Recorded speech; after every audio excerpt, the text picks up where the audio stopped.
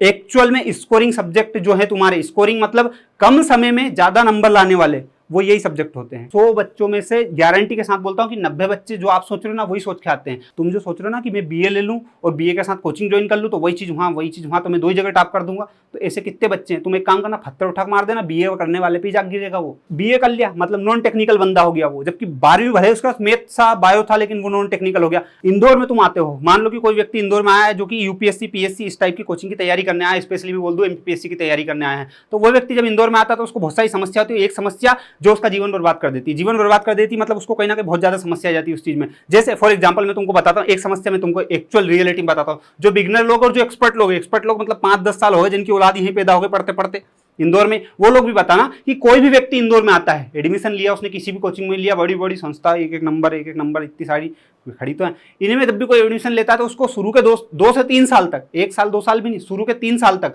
अगर वो first year में भी आता तो first year, second year, last year तक उसको सिर्फ 3 या 4 सब्जेक्ट पढ़ाए जाते हैं। वो भी कौन से तुमको पता? हिस्ट्री, ज्योग्राफी, पॉलिटी, इकोनॉमिक, इस टाइप के सब्जेक्ट पढ़ाए जाते हैं। जबकि एक्चुअल में पीएससी का सिलेबस निकालो, कोई व्यक्ति पीएससी का सिलेबस निकालो, और मैं तुमसे बोलता हूं कि एक काम करो, फर्स्ट पेपर है, जैसे फर्स्ट पेपर छोड़ो, सब्जेक्ट के हिसाब से हिस्ट्री है, हिस्ट्री एमपीपीएससी के मेंस में कितने नंबर का आता है? 150 नंबर का, 150 से ज्यादा का तो आता ही नहीं है। मेंस की बात चल रही, सिर्फ मेंस की, नहीं तो प्री ले दौड़ा भैया तुमको गलत है, फिर वही बात, फिर मेरा मन में करता कन्वर्ट स्टार्ट कर दूं। तो एक्चुअल में जो प्री है वो कितने नंबर का आता है? 150 नंबर का। हिस्ट्री एक्चुअल में 150 नंबर का आता है, लेकिन वहीं पे मैं बात बोलूं कि हिंदी कितने का आता है? 200 नंबर का आता है। हिंदी सब्जेक्ट 200 नंबर का आता है, ठीक है। अब हिंदी सब्जेक्ट 200 नंबर का आता है और हिस्ट्री 150 नंबर का आता है, लेकिन जो बंदा 5 साल 6 साल से पढ़ रहा है उससे भी पूछ लो जाके कि हिस्ट्री पढ़ने में नहीं करते हो कितने दिन लगेंगे? मतलब मैं मान के चलता हूं कि 6 महीने मिनिमम एक बिगिनर स्टूडेंट को पढ़ने में 6 महीने लगते ही लगते हैं। 6 महीने से कम तो नहीं लगेंगे। प्रो बंदा विवेकानंद का अवतार सीधा तो 3 महीने में पढ़ लेगा, इससे पहले तो वो भी नहीं पढ़ पाएगा, मेरे को मालूम, ठीक है। तो 3 महीने के अंदर मान लो वो हिस्ट्री पढ़ लेता है, जो कि इसके कितने नंबर? 150 नंबर कवर करता है। 150 में से 150 तो ला नहीं पाएगा, मेरे को पता है, लेकिन मान लो कि वो इतना बड़ा विद्वान था, पूछो मत, दिव्यकृति सर को फेल करने वाला व्यक्ति, जो 150 में से 150 ले आया, ठीक है। अब वो 150 में से 150 लेके आ सकता है, कोई दिक्कत नहीं है, लेकिन उस सब्जेक्ट को पढ़ने में कितना टाइम लगा? कम से कम 4 से 5 महीने, 150 नंबर को पढ़ने के लिए 4 से 5 महीने लगे। अब मैं बोलूं कि हिंदी सब्जेक्ट है, कोई व्यक्ति हिंदी पढ़ता है अगर, तो उसको मैक्सिमम बता रहा हूं, मिनिमम भी नहीं, मैक्सिमम मतलब ज्यादा से ज्यादा 2 महीने। एमपीपीएससी का मेंस में जो हिंदी है उसको पढ़ने में 2 महीने बहुत सफिशिएंट है। 2 महीने में वो रिवीजन भी कर सकता है। और नंबर कितने कंप्लीट हो रहे हैं? 200 नंबर। और यहाँ पे कितने? यहाँ पे 150 नंबर, मतलब 1 पॉइंट और इधर 2 पॉइंट देखा जाए तो इधर 2 महीने के अंदर तुम 200 नंबर कंप्लीट कर सकते हो, और इधर तुम 4 महीने 5 महीने पढ़ने के बाद भी 150 नंबर कंप्लीट करोगे, ठीक है। जिसके बाद में दूसरे पेपर की बात करते हैं। मान लो कि यहाँ पे पॉलिटी मान लो या इकोनॉमिक मान लो, इनको पढ़ने में भी लगभग इतना टाइम लगता है। पॉलिटी पढ़ने में भी आपको इतने टाइम लग जाएगा, 4-5 महीने। और पहले शुरू में तो बच्चे आए तो उनको बेचारा उनको पॉलिटी में सूझी नहीं पड़ा, चल क्या रहा जीवन में एक्चुअल में। कई फोन लगा उन्होंने, भैया मेरे को तो ब्लड प्रेशर बढ़े, अरे भैया का ही बढ़ा था, अब क्या तुमको क्या अलग से जड़ी बूटी ला दे, क्या कर दे। तो यही सीन हो जाता है अपना पॉलिटी सब्जेक्ट के साथ। उसको भी पढ़ने में कितने, कम से कम 4-5 महीने लगते हैं, और उसका भी वही सिस्टम 150 नंबर का आता है, 150 ज्यादा का नहीं आएगा। लेकिन यहीं पे बात करें इथिक्स का, तो इथिक्स को पढ़ने में भी आपको 2 महीने, मैक्स टू मैक्स 3 महीने मान लो। 3 महीने में तो बहुत आराम से पढ़ सकता है व्यक्ति, ऐसा हवाबाजी नहीं कर रहा हूँ, पढ़ा इसलिए बता रहा हूँ। तो 3 महीने में पढ़ लेता है व्यक्ति, और 3 महीने में कितने नंबर कंप्लीट हो गए? फिर 200 नंबर लगभग कंप्लीट हो गए, और इधर 150, ठीक है। तो ये जितने भी कोचिंग वाले हैं ये हमेशा वो सब्जेक्ट उठाते हैं जो बच्चे को एक्चुअल में मतलब जो स्कोरिंग कम होते हैं लेकिन लंबे चलते हैं, तो वो सब्जेक्ट उनको पढ़ाए जाते हैं बिल्कुल 4 से 5 साल, ठीक है। 4 से 5 साल तक वही सब्जेक्ट घसेंगे पूरे सिलेबस के नाम पे। एक्चुअल में यही होता है कोचिंगों में देखा जाए तो। जबकि बच्चे को कायदे में, मेरा मानना है कि कोई भी बिगनर स्टूडेंट है तो उसको तुम हिस्ट्री पढ़ा दे, ज्योग्राफी पढ़ा दे, पॉलिटी पढ़ा दे, उसके साथ ही उसको हिंदी भी पढ़ाओ ना, इथिक्स भी पढ़ाओ ना। इथिक्स सब्जेक्ट ऐसा थोड़ी ना है तुम 3 महीने में कंप्लीट करवा सकते हो, लेकिन उसको अंदर में तंत्रिका तंत्र में घुसाने में टाइम तो लगेगा ना। इथिक्स सब्जेक्ट कोई नॉर्मली छोड़ने ना चला जाएगा।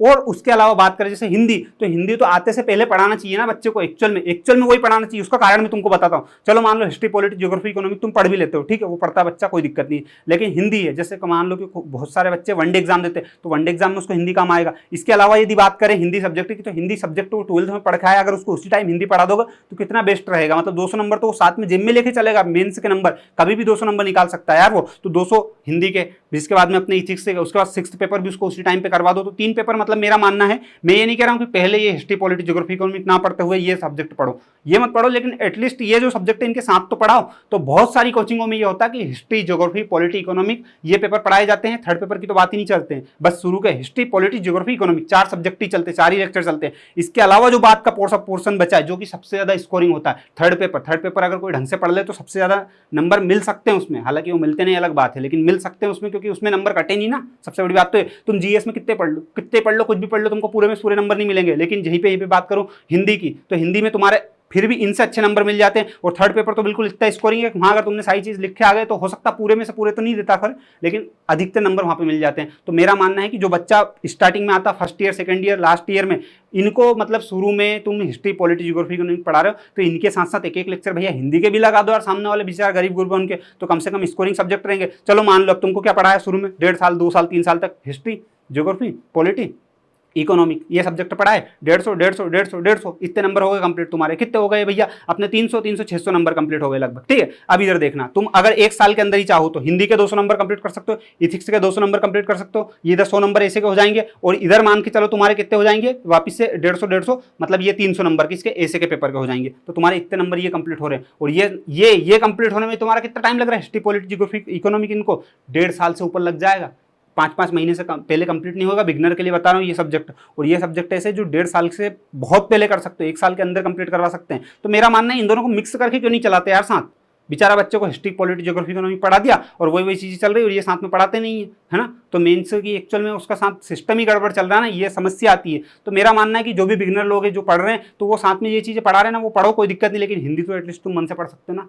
हिंदी तो तुमको किसी से नहीं पढ़नी पड़ेगी, 12वीं में क्या नाचे क्या तुमने, मुजरा करा झकमारी क्या करा, तो हिंदी तो मन से पढ़ लो, इथिक्स से मन से पढ़ लो, भले ये सब्जेक्ट तो नेट से पढ़ लो इंटरनेट से पढ़ लो, ये नहीं पढ़ा है तो, क्योंकि इनके भरोसे रखो कोई मतलब नहीं निकलेगा। एक्चुअल में स्कोरिंग सब्जेक्ट जो है तुम्हारे, स्कोरिंग मतलब कम समय में ज्यादा नंबर लाने वाले, वो यही सब्जेक्ट होते हैं, ठीक है। और बहुत सारे लोगों के साथ क्या होता है, हिस्ट्री ज्योग्राफी पॉलिटी इकोनॉमिक ये खूब पढ़ते और पूरे में से पूरे नंबर तो किसी माइकल लाल के आते ही नहीं उसमें, लेकिन हिंदी ये सब्जेक्ट जो है ना इनमें फिर भी अच्छे नंबर मिल जाते हैं, लेकिन ये बेचारे पढ़ ही नहीं पाते, और एग्जाम के 1 महीने पहले पढ़े तो फिर क्या लसन याद होगा उसमें, कुछ भी याद नहीं होना जाना। तो मेरा मानना है इन दोनों को पैरेलल, ये जो बाकी सब्जेक्ट और ये पैरेलल चलने दो, और इनको सर्वव्यवस्थित, क्योंकि बाकी जो सब्जेक्ट है ना इन पे भी फोकस डाल लो, ये सब्जेक्ट तुम्हारे बहुत काम आ सकते हैं। और वनडे एग्जाम में भी, जैसे हिंदी वो तो वनडे एग्जाम में भी काम आ सकता है, ठीक है। और इथिक्स जो है तुम्हारा, इथिक्स से तो खैर अगर तुम्हारी पर्सनैलिटी कितनी डेवलप कर सकता है उस बात का अंदाजा तुम नहीं लगा सकते, ठीक है। तो वो वाली चीजें मेरा मानना है ऐसा करो ज्यादा सही रहेगा, क्योंकि तुम खुद अंदाजा लगाओ ना भैया यार कि इधर तुम्हारे 5 महीने में सिर्फ 150 नंबर कंप्लीट हो रहे, सिर्फ 150, और इधर तुम्हारे 2 महीने के अंदर 200 नंबर कंप्लीट हो रहे, तो पहले क्या करना चाहिए, मैं तो ये कहता हूं। और तुम कह रहे हो नहीं भैया यार तुम पागल हो, तुम्हारे हिसाब से चीजें चलेंगी क्या, कोचिंग वाले इतने साल से पढ़ा रहे, ऐसा कर रहे वैसा कर रहे, ठीक है मान ली तुम्हारी बात। अभी मैं बताता हूँ, बच्चों का दिमाग का दौड़ता है, कई का भी पीएससी, ये कोचिंग वाले क्या करते हैं मैं बताता हूँ ना। एक्चुअल में कई का भी व्यक्ति पीएससी करने आता है तो उसको पहले बीए करवा देते हैं। ये रिसेप्शन पे तो आधे अनपढ़ जाहिल गंवार सरी के बैठते, मेरे को समझ में नहीं आता, हमारे को भी बीए करवा के बैठ गए। कई का भी व्यक्ति आया, अरे सर आप बीए कर लो, सर भी कह दे, उसकी 12 बजा दे, उसका सब कर दे, उसका न्याली कर देगा ना क्या क्या कर दे, उसको बीए करवा देते। भले उसने सामने वाला बीएससी कर सकता, लेकिन उसको बीए करवा देते। नहीं आपको वहां पे भी वही चीज, यहाँ पे भी यही चीज, तो आप तो करना क्या कर दोगे। अरे मेरे को बताओ, इंदौर में एक काम करना, इंदौर में अगर एक दिन में 100 बच्चे आए हैं तो 100 बच्चों में से गारंटी के साथ बोलता हूं कि 90 बच्चे जो आप सोच रहे हो ना वही सोच के आते हैं और वही चीज करते हैं, उनको वही राय देती है, क्योंकि वो भी वही कोचिंग में जाते हैं। आपका दिमाग क्या चलता है, बीए कर लेंगे वही चीज वहां पढ़ेंगे, वही चीज यहाँ पढ़ेंगे। अरे तुम एकमात्र लोते इंसान हो क्या जो बीए पढ़ लोगे, वही चीज वहां पढ़ लोगे, वही चीज यहाँ पढ़ लोगे और वही करके टॉप कर दोगे। तुम जो सोच रहे हो ना कि मैं बीए ले लूं और बीए के साथ कोचिंग ज्वाइन कर लूं तो वही चीज वहां तो मैं 2 ही जगह टॉप कर दूंगा, तो ऐसे कितने बच्चे हैं। तुम एक काम करना, पत्थर उठा मार देना, बीए करने वाले पे जाके गिरेगा, वो बीए करने वाले पे जाके गिरेगा, ये याद रखना। तुम स्पेशली मैं बता दूं तो बहुत सारे बच्चों का तो एक ऑप्शन ही बंद कर देते हैं, वो फॉरेस्ट वाला तो ऑप्शन ही बंद, वो फॉरेस्ट के साथ साथ तुम उनके जीवन के साथ खिलवाड़ कर देते हो। वो बताता हूँ कैसे कर देते हैं। बेचारे को टेक्निकल, एक तो बीए कर लिया मतलब नॉन टेक्निकल बंदा हो गया वो, जबकि 12वीं भले उसका मैथ था बायो था लेकिन वो नॉन टेक्निकल हो गया। अब किसी वनडे एग्जाम में भी अगर वो फॉर्म भरता है तो टेक्निकल में फॉर्म नहीं भर सकता, सबसे बड़ी समस्या तो ये, अगर ग्रेजुएशन लग रही है उसमें। तो अब बीए का पट्टा लगाएगा, बेरोजगारी का पट्टा, तो उसको बेरोजगार वाली जॉब मिलेगी ना, टेक्निकल पोस्ट नहीं मिलेगी उसको। अब मान लो कि डीएसपी में टेक्निकल रहते हैं या फिर किसी एसआई में टेक्निकल बंदे, तो ये जैसे कांस्टेबल में भी टेक्निकल वाले, तो कांस्टेबल तो खैर हटा दो, बाकी बहुत सारी जॉब है जिनमें टेक्निकल लगते हैं। तो टेक्निकल वाला पोर्शन तो इन्हें तुम्हारा खा ही गए ना, इसके साथ साथ पीएससी में फॉरेस्ट वाला ऑप्शन खा गए। टेक्निकल टेक्निकल होता है भैया, बीए मतलब क्या। और तुम्हारा जो दिमाग चलता है ना कि नहीं यहाँ भी बीए कर लूंगा, ये जो कोचिंग वाले राय देते हैं कि बीए कर लेंगे, दो ही चीज एक जैसी पढ़ेंगे, तो ये तुम्हारे अकेले के अंदर थॉट नहीं आते। जितने भी लोग पीएससी करे ना वो यही सोच के करते हैं बीए, और फिर बाद में मेरे पास फोन लगाते हैं, मेरे पास कॉलिंग वाला ऑप्शन है, मेरे मतलब जिसको पढ़ाई से रिलेटेड डाउट रहता है वो बात करता है। मेरे पास दिन में कम से कम जितने भी कॉल आते हैं उसमें से आधे बच्चे तो रो लेते हैं यार, भगवान की कसम, भैया कॉलेज में ये कर लिया, भैया यूं सुननी पड़ रही, भैया कोचिंग में 2.5 लाख भर दिया। अरे तो भैया क्या करे, भैया खुद परेशान तुम्हारे मारे यार, तुम ऐसे औंधे औंधे काम करते हो, तुमको एक्चुअल में सही सारी चीज बताओ। अब जैसे ये वीडियो बता रहा हूँ तो इसमें आंखें नीचे गाली देंगे, ज्ञान दे रहे, अरे मैं कनपेटे दे दूंगा एक दिन गाली तो वो चीजें हैं, चलो ठीक है जो भी है शांति से। पर मैं ये चीजें बता रहा हूँ, ये जो चीजें हैं इसको थोड़ा सा आक्रोशजनक तरीके से, मतलब मेरे को जज मत करना यार कि यार ये देखो ज्ञान पेल रहे, उसको थोड़ा साइड में रखे, तुम्हारे ईगो को थोड़ा साइड में रखे, एक्चुअल में ये चीजें सोचो। अगर कोचिंग वाले नहीं करवा रहे तो तुम खुद कर सकते हो, इन चीजों को ध्यान में रखे, थोड़ा सा कोऑपरेट करके और अपने फ्यूचर के हिसाब से काम करो तो ज़्यादा सही रहेगा। बाकी तो तुम्हारी मर्जी, तुमको दिखे जो करो। अपने इंडिया में एक सबसे बड़ा फॉल्ट मेरे को जो लगता है